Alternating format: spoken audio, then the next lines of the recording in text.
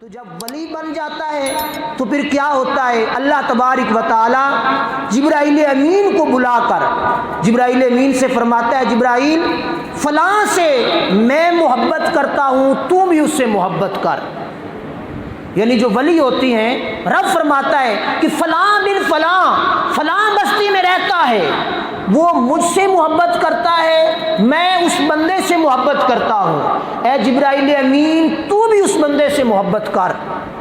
پھر جبرائیل امین اس بندے سے محبت کرتا ہے، پھر جبرائیل امین کو حکم ہوتا ہے اعلان کر دے آسمان والوں پر کہ فلاں بن فلاں اللہ سے محبت کرتا ہے، اللہ اس سے محبت کرتا ہے، اے آسمان والو تم بھی اس بندے سے محبت کرو، تم بھی اس بندے سے محبت کرو۔ پھر سارے ملائکہ جتنے بھی ہیں، جس کی جو جو ڈیوٹی ہے، وہ اس بندہ مومن سے سچی محبت کرتے ہیں رب کے حکم کے مطابق، اور پھر وہ بندہ دنیا میں مقبول ہونا شروع ہو جاتا ہے۔ میں ہمیشہ یہ مثال دیتا ہوتا ہوں، حضور غوث الاعظم رضی اللہ تعالی عنہ، ہم ان کا بڑا تذکرہ کرتے ہیں، داتا صاحب رحمۃ اللہ تعالی علیہ کا بڑا تذکرہ کرتے ہیں، خواجہ صاحب رحمۃ اللہ تعالی علیہ کا بڑا تذکرہ کرتے ہیں، مجدد الفسانی کا بڑا تذکرہ کرتے ہیں۔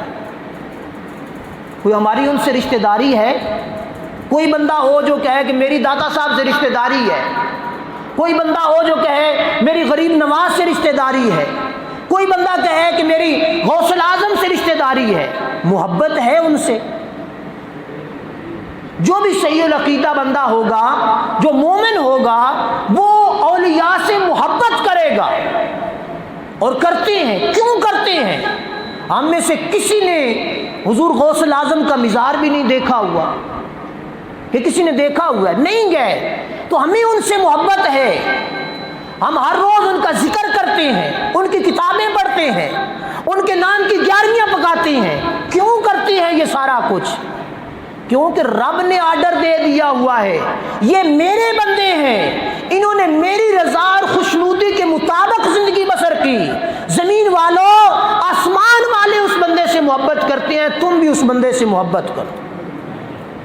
ہمارے سامنے داتا صاحب کا نام آ جائے تو ہم کتنا خوش ہوتے ہیں، بھئی داتا صاحب بڑے بزرگ ہیں، لاہور میں جن کا ڈیرا ہے، ہر بھوکا لاہوری وہاں سے جا کے رات کو دن کو کھانا کھاتا ہے، بڑی کرامات ہیں۔ اور کرامات کیوں نہ ہو، آپ میں سے کوئی بندہ لاہور جانا تو آسان ہے، کوئی بندہ چلا جائے 5 مہینے وہاں پہ رہے، 10 مہینے رہے، 10 سال رہے، دن رات جاگے، کوئی ایسا لمحہ نہیں آئے گا جب داتا صاحب کی قبر کے قریب کھڑے لوگ قرآن کی تلاوت نہ کر رہے۔